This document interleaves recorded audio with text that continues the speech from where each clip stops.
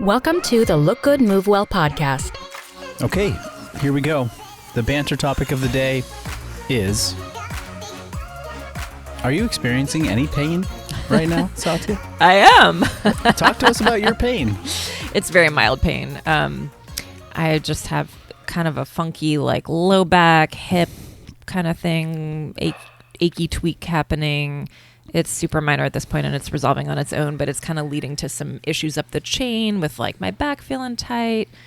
My elbows are a little tight from just some upper body work that I did. So it's all super minor aches and pains, but I wouldn't say my pain is at zero at the moment. Got it. Yeah.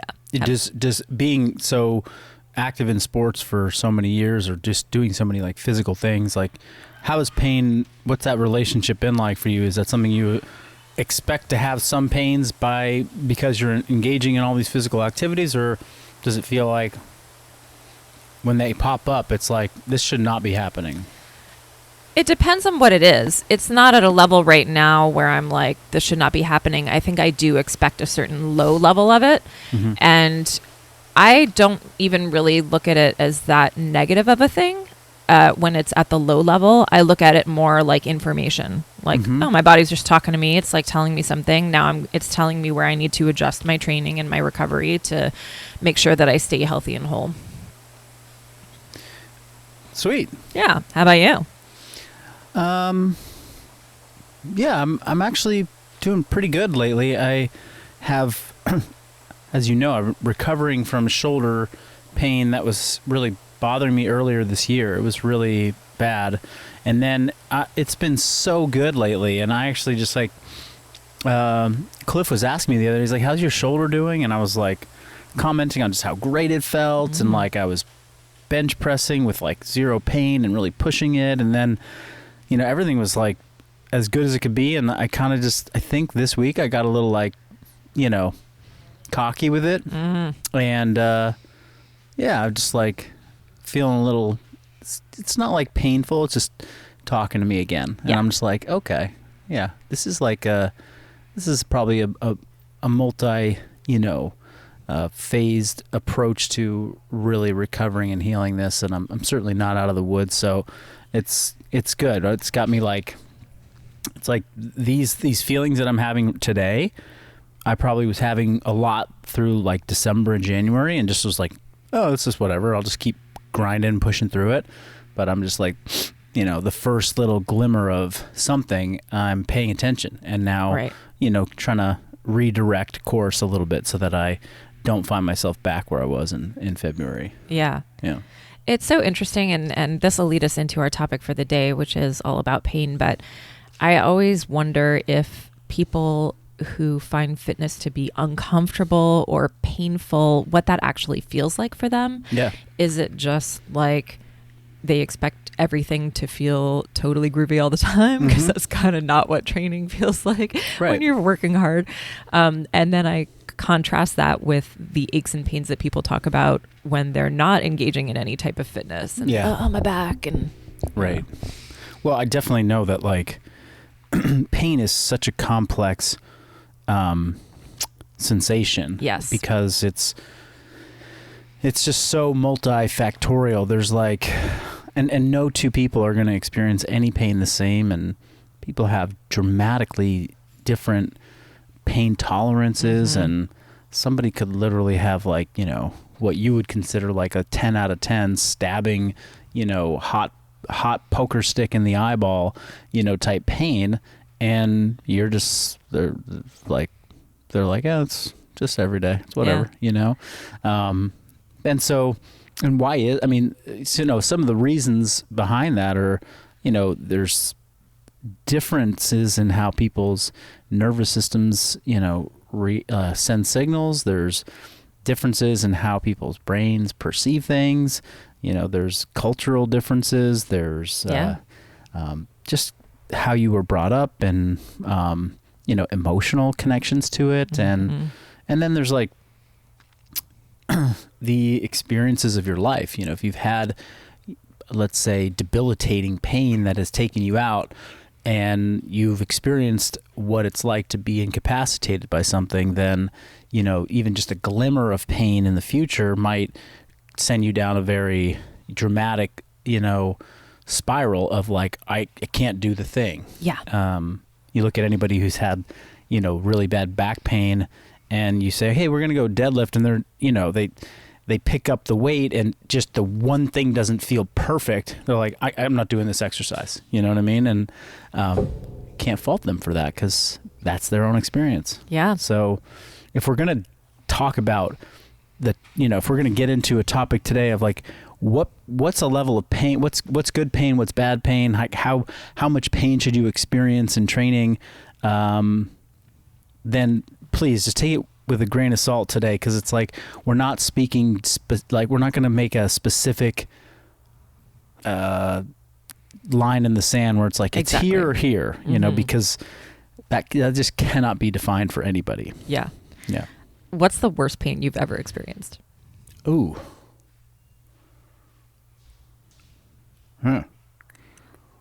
That's really interesting. I think I've been pretty fortunate not to have any like major traumas where like in the moment I was like, oh my gosh, this is a 10 out of 10. Mm-hmm. I had like, there were long periods of like chronic pain, which I think got really bad because they were just like every day, whatever, a 5 or 6 out of 10, but just by day 100, you're just like, so done. I can't deal. I Yeah. can't deal with this anymore. Yeah.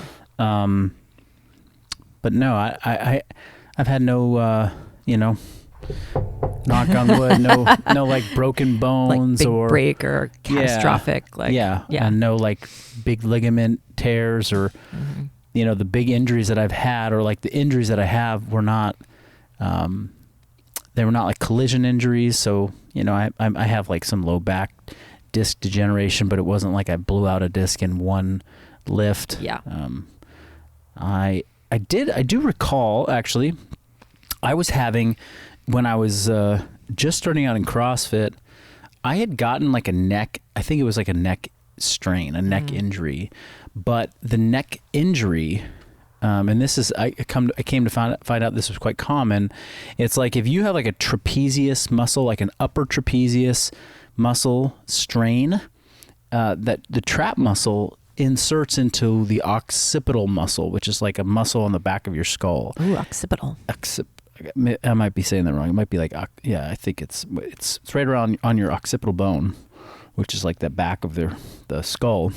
And if there's something going on there, like you can get these like really potent tension headaches. So like if I would move or exert myself, I would immediately get this crushing pain in my head that would like drop me to my knees almost. I'm gonna that too. The tooth. Okay, I'll come back to that in a second. Speaking of dropping to your knees. Okay, yeah, that was pretty bad. But yeah, the two things that have dropped me to my knees were that, where and it was so bad that like basically for a month I could do no physical activity. So when people ask me like, what's the longest you've taken off from exercise? It was that. Yeah. Right at the beginning of my CrossFit career, I literally couldn't even go for a jog, because as soon as I started to do something hard, I would get that tension headache, and it would just feel like somebody was smashing my head, in a vice, and it just floored me. And I was super grumpy. I was in such a bad mood. I was so much so that at that time, my business partner, well, I don't know if I was actually business partners yet. She might have just been my boss. Basically called me and was like, "Hey, like, what's going on? Like, the members are saying you're kind of being like a sourpuss. Like you're being, like, I don't know how she said it, but it was like, I was so pissed because obviously I was suffering. And I wasn't working out, so like my whole life was just like kind of yelling at other people working out. Yeah, and there was no empathy. It wasn't like, "Hey, how you doing? Like, everything okay?" It was just like, "Hey, you're not performing," and I was just like, "Fuck you!" I was so angry. But yeah, as I was just saying that, a couple years ago, I had some dental work done, and it wasn't good, and I had such bad pain after that, where if I bite down on my molar, the molar that had been, it was like I had gotten a filling and they hadn't like leveled the tooth correctly. And so just biting on that tooth, I would literally just fall to the ground in pain. Yeah. And it happened in front of my kids and Megan. Like, they were like, what is wrong with you? Like, I'd be just cruising along, I wouldn't feel anything, but then I'd bite down the wrong way and I would just like out cold, almost like I got knocked out by Mike Tyson. It was like epically painful. So anyway. Yeah. What's your 10 out of 10? Natural childbirth. Yeah. Yeah. That'll do it. Yeah. Yeah. I mean, I'm not to minimize it, but it's like, well, that's kind of what a lot of mothers say. Yeah. Yeah. It's up there. It's right up there. Yeah. Okay. Well, what do you think is an important, like, what's a big question that people have? What's the question we get the most often about this? Right. I think this is totally like people trying to figure out how much they can still train with their pain or around their pain, because the people who are coming to us with questions are people who love to move and see the value in training. And it's really depressing, like you said, to have to stop altogether. And in most cases, you don't have to stop altogether.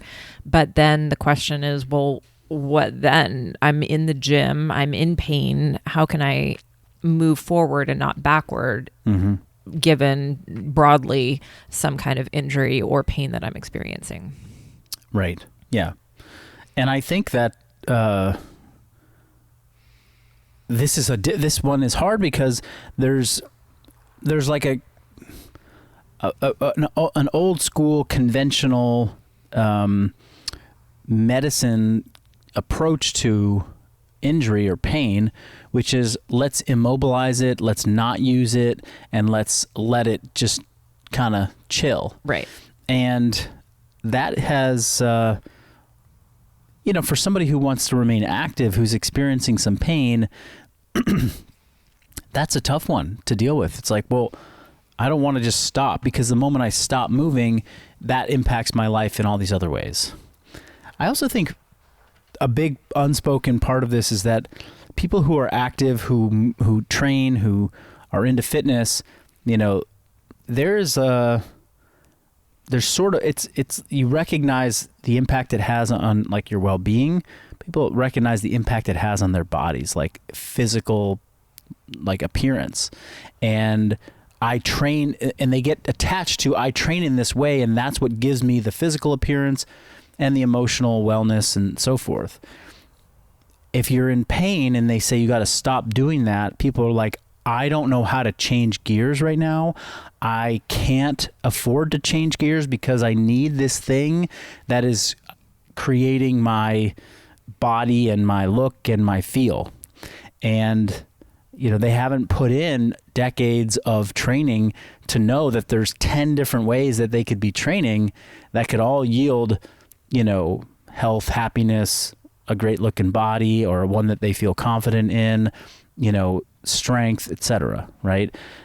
So when they're told like, hey, you're injured, stop doing what you're doing, it's a fast path to like almost derailing life, where you're like, no, I cannot give this up. So I'm going to just keep pushing through it, rather than let me find another route to do it, or another approach, or another mentality to bring to training. Great point. Yeah. And there's also so much that gets overlooked about the power of thoughtful training to heal and to help you heal faster. And I remember the first time I tweaked my back when I was working with Shauna, my coach, and I messaged her and I was like, oh, I tweaked my back. I'm not really sure what to do. And she's like, no worries. I'm going to change up your workout to just give you a recovery flow. And I saw the movements that she was suggesting for me. And I was like, are you kidding me? Like, my back hurts, right? It was like side planks and maybe some hangs from the bar and maybe even some strict pull-ups and some thoracic spine work. I was like, that's the area that hurts, And I was like, well, I'm going to try it. And actually, it was like this major turning point for me of understanding that, because I had previously been in the mode of, I'm just going to sit on the couch and immobilize this and not move the part that hurts.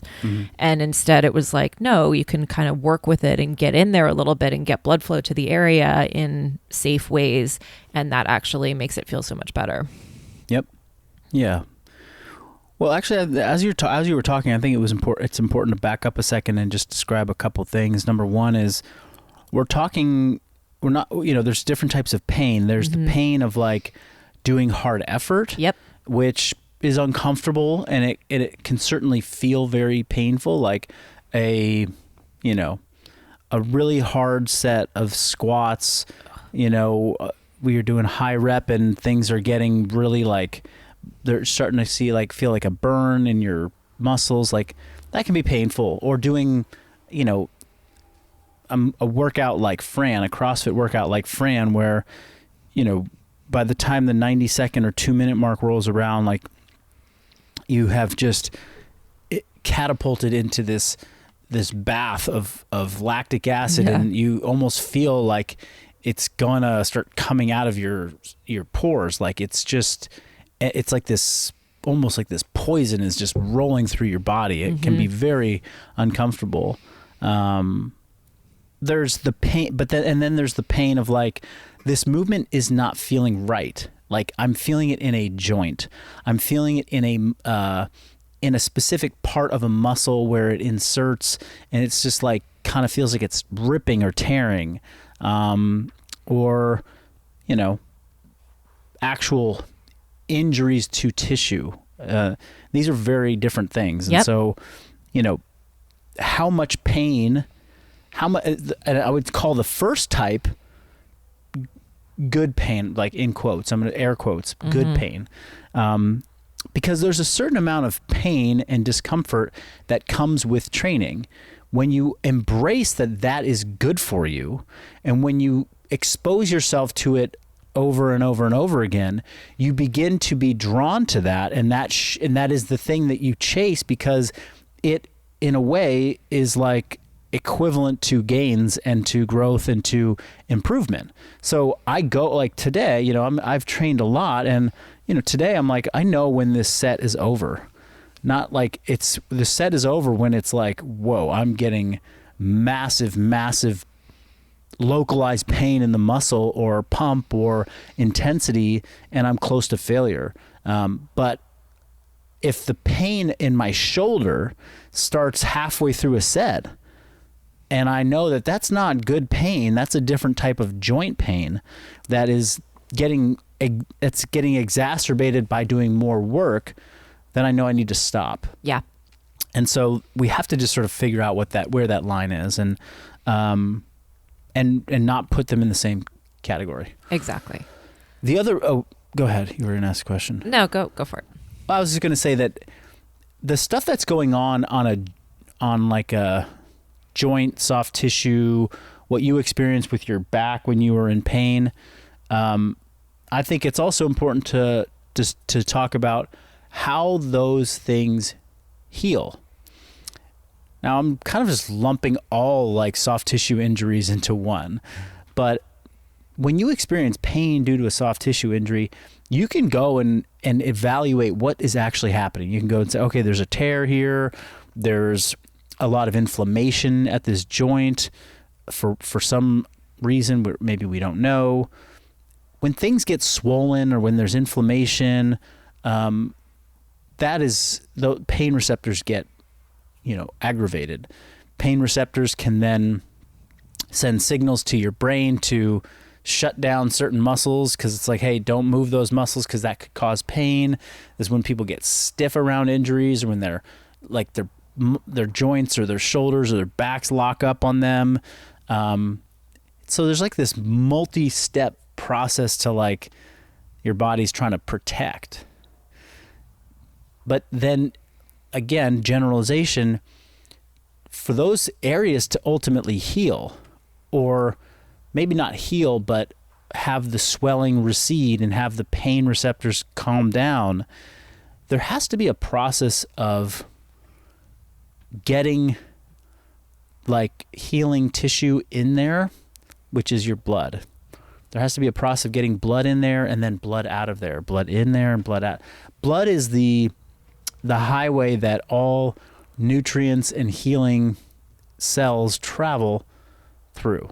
And so when you're, if you're back is hurting, your upper back, let's say your thoracic area specifically, and it's stiff, then you may need to immobilize it initially if it's a very severe pain, right? If it's so severe that anytime you move, it takes your breath away, then probably the first step is immobilization, just to get over that initial healing phase so that you can start to move with less pain. But at some point, and it happens, and it should happen sooner than later, there has to be some movement in your body to help generate the blood flow to that, or promote more blood flow to that area so that we can promote healing.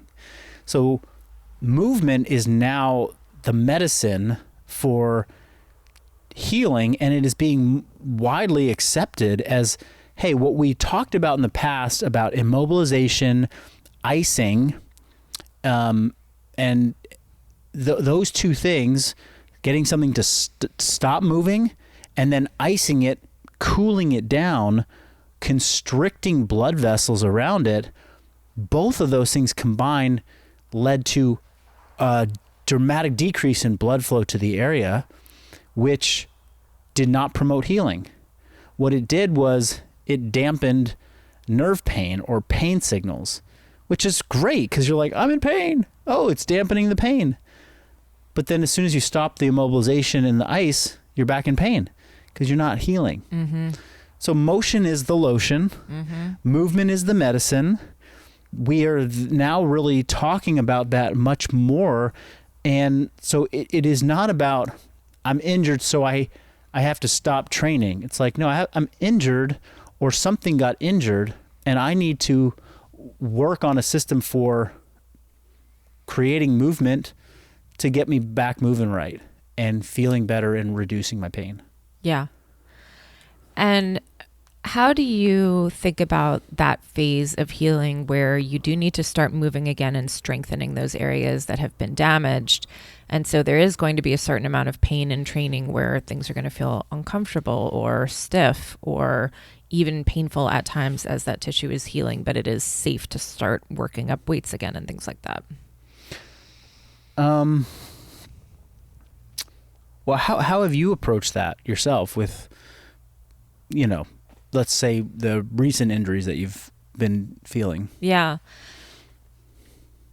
So how have you been coached? Right. I mean, actually, I'm thinking of when I had major elbow issues for a long time. Mm-hmm. And for a long time, I just avoided anything with my elbow and I was like, okay, I'm just going to chill and hope that it heals. And then many, many months went by and nothing was happening and it was still super painful. And then the thing that started to give me more confidence was literally, and this leads into a question that I was going to ask you as well, which is sort of like how the mental part comes in. But the turning point in that process for me was when I was working with Adam, and he was like, no, you can start to do these few moves and start loading up again. Mm-hmm. I was like, oh my gosh, but that hurts. And he's like, well, how much? And I'm like, a little bit. And he's like, it's cool. You're safe. And I think that just having a little bit more confidence that a low amount of pain is safe. And again, there's not a line in the sand here that's some magic way to tell if you're pushing it too much or not enough or whatever. That's a very murky process that I think every person has to figure out. Mm-hmm. But generally speaking, there was a time when I was loading up the elbow more and it was not comfortable, and it was in fact a small amount of painful, but that got gradually stronger and stronger, and I was able to load more until it fully healed. Yeah. I think that there's something that I use when I'm thinking about this for myself, and it's hard to articulate to people and get them to understand how to do this inside their own body. But when we are moving, when you're doing exercise training and you're in a lot of control, you're controlling the weights, you're controlling the movement, the movement and the weight itself is not controlling you, then in that circumstance, you're very capable of keeping your body in safe positions and owning these positions that are going to not exacerbate the injury that you have. So if you're working around pain, then, what Coach Adam says is like, hey, you can load that up, but you're going to load it up very modestly. And you're basically going to start to reintroduce your brain to the concept of moving under load, but you're still very much in control of that load. Yep. And that's an extremely important distinction. It's not like, okay, now you can go and jump under, a pretty heavy bench press and let's go test it out. Right. It's like testing it out is like a very light bench press moving at a very slow cadence or tempo for many reps to get blood flow and a pump and some intensity. But at no point do you ever feel like you're wobbling or you're shaking or you're having to be explosive to get the weight off of your chest. Yep. And in those instances, you might feel some pain or you might feel a low level of discomfort. And probably it's better to describe it as discomfort. But at no point do you feel unstable, or should you feel unstable. At no point do you feel like you're out of control. And at no point should you feel like, oh my gosh, I'm working against a tremendous amount of fatigue. Those are the ways to sort of stay out of like, this movement is going to potentially send me backwards. Yeah. So it can be hard for people to like orient to that. But if you do orient to that, then your movement is medicine in this way. Yeah. The movement is going to help promote healing, even if it's under some load, or even if it's you doing a bench press with an elbow that feels a little wonky. Yeah, that's a great way to think about it.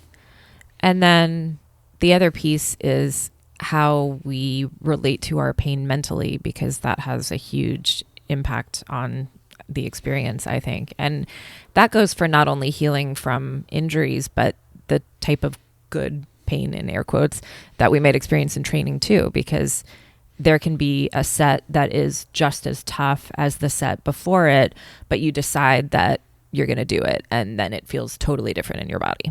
Yeah, absolutely. I think on the mental side, I think it's important to just name that I know that the psychology and then the actual nervous system, they're not the same thing. Like your perception of thoughts and, sensations versus like how the brain is actually working are different, but they're connected for sure. And when it comes to pain, a well-rested brain or nervous system does way better with the same pain input. Take somebody who's got really bad back pain and give them 2 hours of sleep versus give that person 10 hours of really deep, restful, restorative sleep. They wake up and ask them, hey, what's your back pain on a scale of 1 to 10? The person with more sleep, or in the circumstance with more sleep, will always report less, all other things being equal.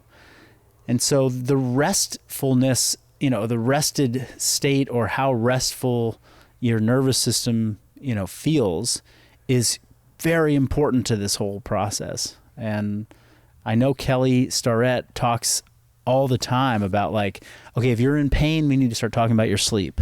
It's like, I don't care if you're recovering from surgery, if you've got a chronic pain, if you just tweaked your ankle, whatever it is, we got to talk about your sleep. How can we make it better? How can we improve the quality of it? How can we get more hours of it? That's where we have to start. And it's, this is just people like, hey, what mobility should I do? What sauna should I get? Yeah, what physical therapy thing should I do? It's like, invest in a better night's sleep, and that will go a long way to make whatever you do the next day that is restorative rehab, healing, promoting. It'll just make it much more impactful, because now you're working on a pain scale that's a little bit, it's kind of slid down, to the lower end of the numbers, because now your perception of your pain is less. The signals are still the same. The injury is still the same. Whatever's going on is still the same, but you're more well rested, and you can now feel more confidence to go and move, and you're like, oh, this isn't hurting as much today. I'm moving better. I have getting better reps in, getting better blood flow. Now I'm healing faster because I'm more recovered. Yeah. Yeah. I think it's also fun to play with self-talk in training. I mean, the rest for sure makes a bigger impact, but if there is a moment when training starts to feel painful enough that it starts to diminish your effort and you're tempted to not do as much or pull back on weights just because of fear of the sensation, that can be a good thing to just play with different self-talk. And it's so cheesy, but like just like giving yourself some cheering internally, or like thinking about how strong you're going to get from this next set instead of how much it hurts, and just different things like that can change how it feels, I think. Yeah, absolutely. I think that, reminding yourself that we're very resilient people, that we can tolerate a lot, and we can also recover from a lot of things, like very, very traumatic things, that's not to diminish whatever you're going through pain wise. It's just to sort of give you like, hey, like this is what I'm built for. Like, these bodies that we have were built to get, pretty beat up, and then, like, kind of slide into the cave and heal up, and then come out and be ready to take on, the next fight that was in front of us. Yeah. So I kind of always go back to that. It's like, I'm resilient. I can heal from anything. Let me just start giving my body the inputs it needs. The inputs it needs are sleep, good nutrition, hydration, and movement. If I do those, I'm going to be on my way. It might take 6 months. It might take 3 weeks. It might take 2 years. But I'm moving in a better path forward every single day, and I feel better and more confident. Yeah. Awesome. Clip it. Now that is a wrap for today. Any Mic final thoughts? dropped. Any final thoughts? No, I think that nailed it. Cool. 32:41. Way to go, team. Thanks for staying with us. We'll catch you next time. See ya.